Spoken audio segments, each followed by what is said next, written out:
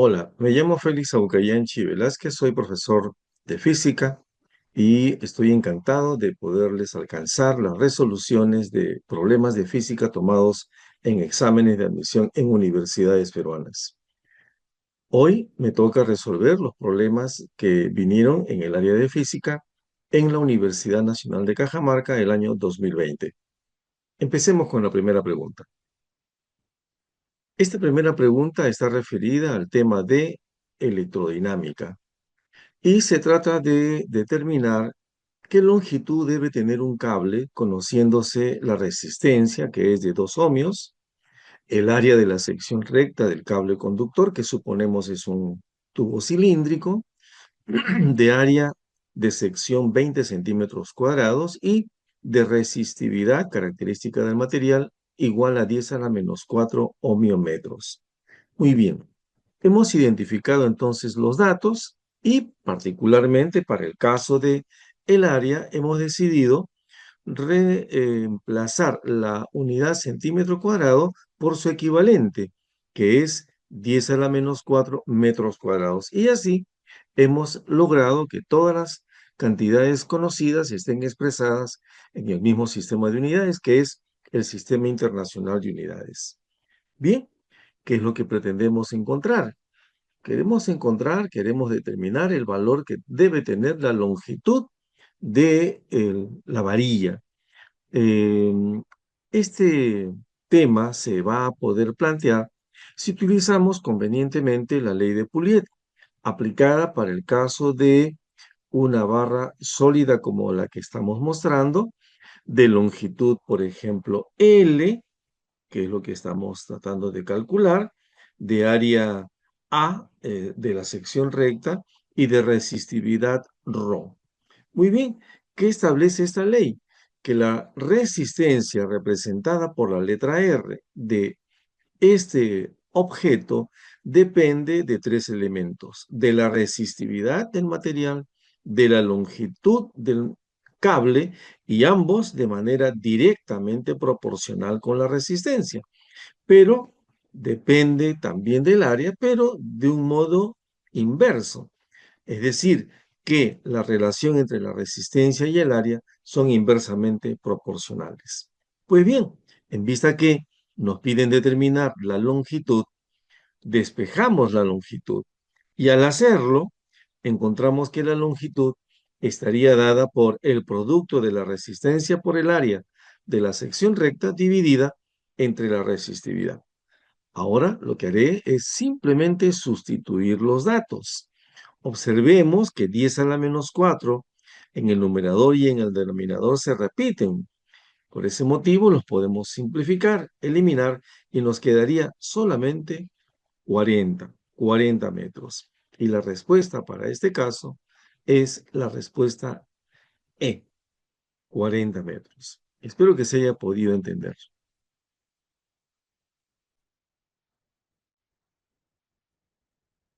A continuación, resolveré la pregunta número 2 del área de física de la eh, prueba, examen de admisión de la Universidad Nacional de Cajamarca, tomada el año 2020. Veamos de qué se trata. Esta vez el tema igualmente es electrodinámica. Se trata de un circuito que tiene dos interruptores y nos señalan lo siguiente. Cuando el interruptor S1 está cerrado, el interruptor S2 está abierto y bajo estas condiciones se indica que la corriente que circula por el circuito tiene un valor conocido de 1 amper. La pregunta, la pregunta es, ¿cuánto vale la intensidad de la corriente que circula por este mismo resistor? Porque este es el dato. Por aquí la corriente vale 1 amper, 1 amper, cuando S1 está cerrado y S2 está abierto. Bien, la pregunta era, ¿cuánto vale esta misma intensidad si es que S1 y S2 están en esta forma? Los interruptores, ambos, deberán estar cerrados. ¿Qué sucede en ese caso? Pues bien, diremos lo siguiente. Cuando se cierra el interruptor S1 y se abre el interruptor S2, la corriente impulsada por la batería, entendamos que este es el polo positivo y este es el polo negativo, la corriente sale con esta intensidad y solamente puede recorrer por el borde, dado de que este elemento conductor no puede conducir la electricidad porque está abierto. El camino debería ser cerrado para que la corriente pueda continuar su camino. Y esto significa que la corriente, por aquí, por esta esquina, se ve obligada solo a subir. No puede ir, como hemos dicho, por este cable. De manera que la corriente solo circula por todo el borde de este circuito. Esto me anima a recordar que hay una regla de signos para los voltajes. Cuando la corriente ingresa por uno de los bornes de una resistencia, se marca un polo positivo y por donde sale un polo negativo. El voltaje que aquí se debe presentar viene dada por la famosa ley de Ohm, la misma que recordamos así como VIR. Si yo conozco la intensidad y conozco la resistencia, que en este caso es 2, bueno, este voltaje sería de 2i. Claro, lo mismo podríamos decir de esta otra resistencia. Se marca el polo positivo por arriba porque por ahí ingresa la corriente y el polo negativo por la parte inferior. ¿Y cuánto vale la diferencia de potencial? El voltaje, usando la misma ley, sería de 4 por el valor de la resistencia e I por el valor de la corriente. Esto que acabo de presentar es lo mismo que se ha de presentar cuando se cierren ambos interruptores, cuando esto esté cerrado y esto esté cerrado. Pero aquí hay un detalle. Cuando ambos interruptores estén cerrados, la corriente que sale impulsada por la batería aquí va a seguir este camino. ¿Por qué? Porque este punto, al igual que este otro, tendrían los dos el mismo potencial. Si este punto, en términos de potencial, tiene un valor X, aquí el valor del potencial es exactamente el mismo, lo que significa que la diferencia de potencial en ambos extremos, entre ambos extremos, vale cero. Si no hay diferencia de potencial, bueno, sencillamente la corriente no tiene ningún obstáculo para pasar. Eso significaría de que la corriente va a preferir moverse por esta rama sin resistencia que por esta otra. Por aquí, la corriente es nula. Si no hay corriente, se dice que esta resistencia no está trabajando. Si fuese un foco, ese foco no encendería.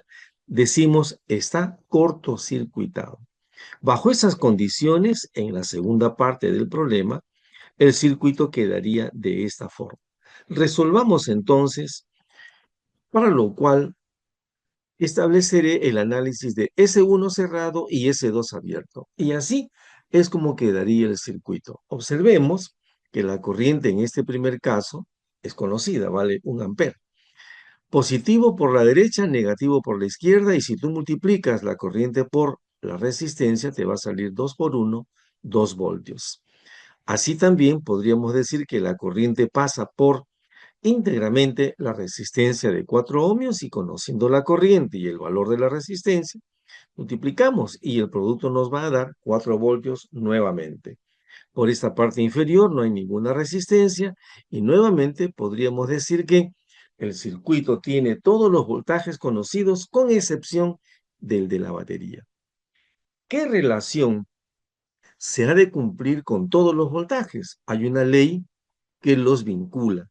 Y esa ley es la segunda ley de Kirchhoff, que dice que la suma de los voltajes en un circuito cerrado debe ser cero.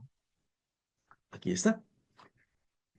Para la suma de los voltajes necesitamos una regla. Ubícate en un punto cualquiera del circuito, digamos este punto, haz el seguimiento como el que estoy haciendo yo, para cerrar el circuito. Y diremos que el circuito se llama ABCD. A, a lo largo de este camino cerrado, se deberá cumplir que la suma de los voltajes es cero. Si empezamos en A, por ejemplo, nos encontramos con el positivo y tendríamos que escribir más 2 voltios. Seguimos avanzando, nos encontramos con esta polaridad negativa y ponemos el signo negativo por ese motivo. A continuación estamos en el punto B y bajamos. El primer signo que encontramos es positivo y colocamos más 4 voltios. Correcto.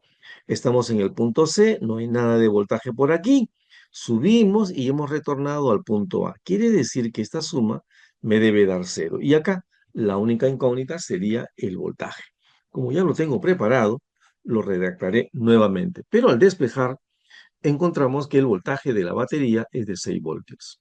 Conocida esta cantidad, conocido el valor del voltaje de la batería, nos ponemos en el segundo caso, y ya lo habíamos anticipado. En este segundo caso, la corriente no va a poder pasar por la resistencia de 4 ohmios, está cortocircuitado, y el circuito solamente comprendería la parte superior y esta diagonal. Y aquí es la pregunta. La pregunta es, ¿cuánto vale esta corriente que pasa por la resistencia de 2 ohmios? Yo le he llamado I2. Cuando ingresa por este lado derecho, marcamos positivo. Y aquí abajo he colocado el voltaje que se consigue multiplicando estos dos. La corriente por la resistencia o la resistencia por la corriente. 2 y 2 he colocado yo. Continuamos, encontramos un signo negativo por parte del voltaje, ya lo sabíamos, es de 6 voltios. Seguimos por esta ruta, subimos nuevamente y no hay más resistencias. ¿Qué hacemos? Para vincular esos voltajes, volvemos a aplicar la segunda ley de Kirchhoff, que nos dice que la suma de los voltajes pues debe dar cero. Nos ubicamos nuevamente en este puntito, por ejemplo, y avanzamos hacia la izquierda. Encontramos positivo, más 2 y 2. Encontramos negativo, menos 6. Y eso es todo lo que deberíamos anotar en este primer miembro. De manera que al despejar, encontramos que el valor de la corriente I2 es 3 amperes. Y la respuesta para este caso la ubicamos en la alternativa B. Espero que se haya entendido.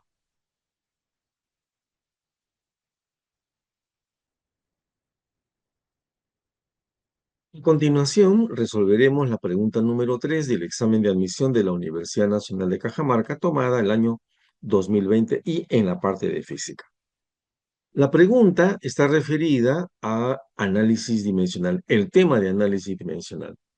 Se trata de descubrir qué dimensiones tiene el término E.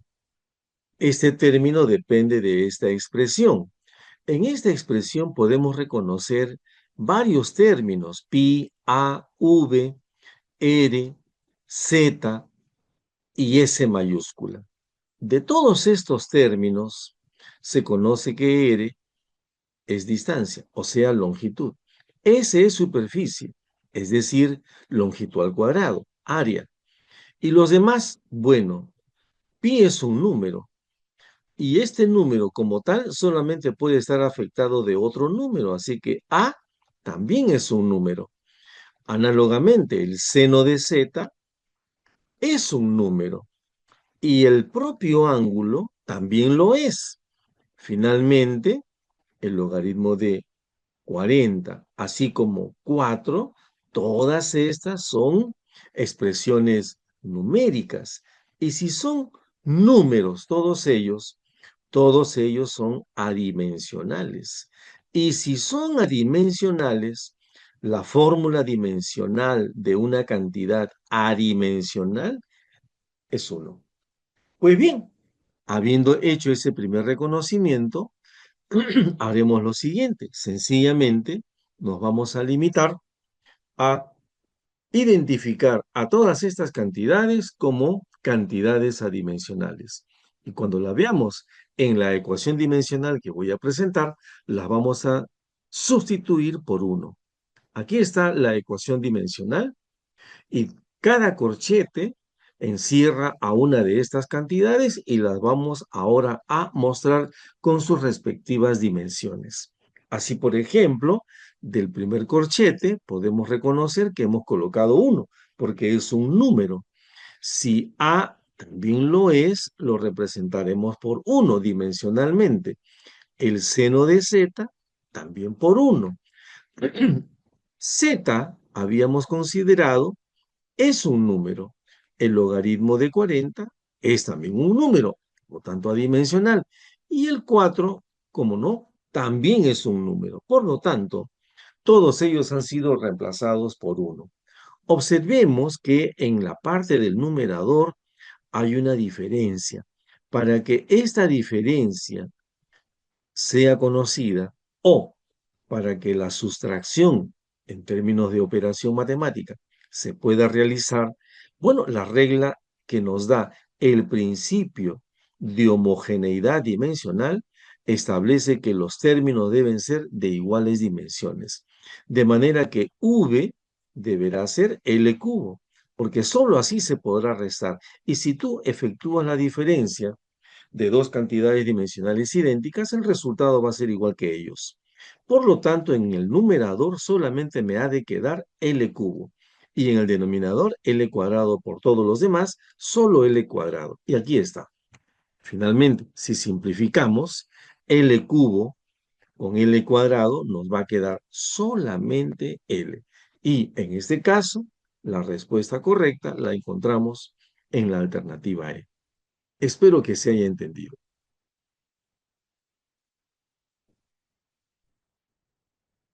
A continuación presentaré la solución del ejercicio número 4 del examen de admisión de la Universidad Nacional de Cajamarca del año 2020 y en el área de física. La pregunta es una referida al tema de equilibrio de un cuerpo rígido. Se trata de una barra AD de características específicas, es homogénea y ligera. Este término me hace suponer que el peso de la barra es prácticamente despreciable, 0. Quiere decir que cuando elaboremos el diagrama de cuerpo libre, no debemos indicar su peso. Su peso es despreciable. Bien, bajo esa condición nos piden determinar cuánto vale la tensión en la cuerda BC, que la vemos como una cuerda horizontal que forma 37 grados con la barra. Si hacemos el corte imaginario, aquí vamos a tener que dibujar una tensión. Por otro lado, me indican que AB mide 3 metros, o sea, esta distancia es de 3 metros. Y por otro lado, la longitud de la barra AD es de 7 metros. Debo reconocer que si trazáramos por aquí una línea horizontal por ángulos alternos internos, debo reconocer que esto va a medir 37 grados.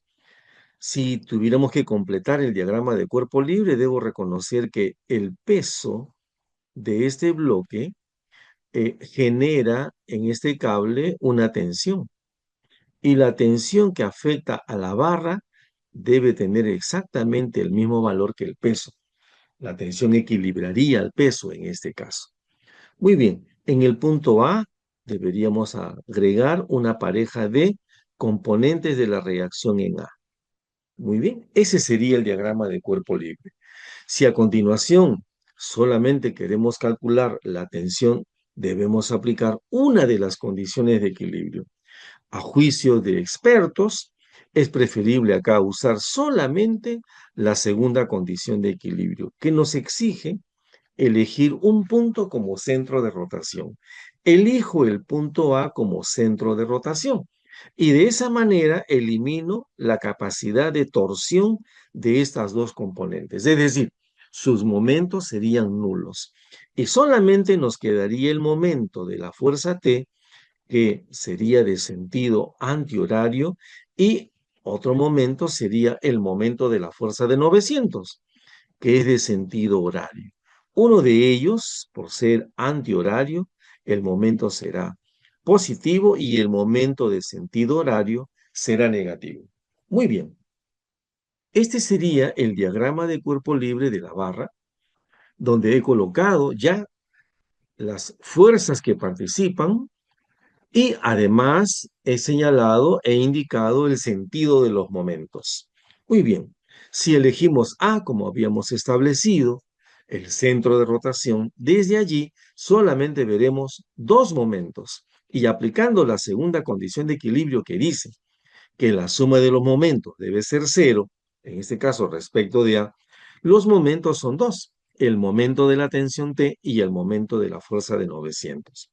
El momento de la fuerza T es negativo y sería fuerza por brazo de palanca, perdón, es positivo porque es antihorario. Positivo, la tensión, la fuerza y el brazo de palanca que es 3 simplemente desde A hasta la línea de acción de la tensión. Y por parte de la fuerza de 900 diremos que la fuerza es 900 y el brazo de palanca es la hipotenusa de este triángulo rectángulo, 7, que coincide con la longitud de la barra, por el coseno de 37. Ese sería su brazo de palanca. Fuerza por brazo de palanca con signo negativo. De aquí se nota claramente que solamente basta con despejarte y el resultado sería 1680 Newton. Y esa respuesta la encontramos en la alternativa E. Espero que se haya entendido.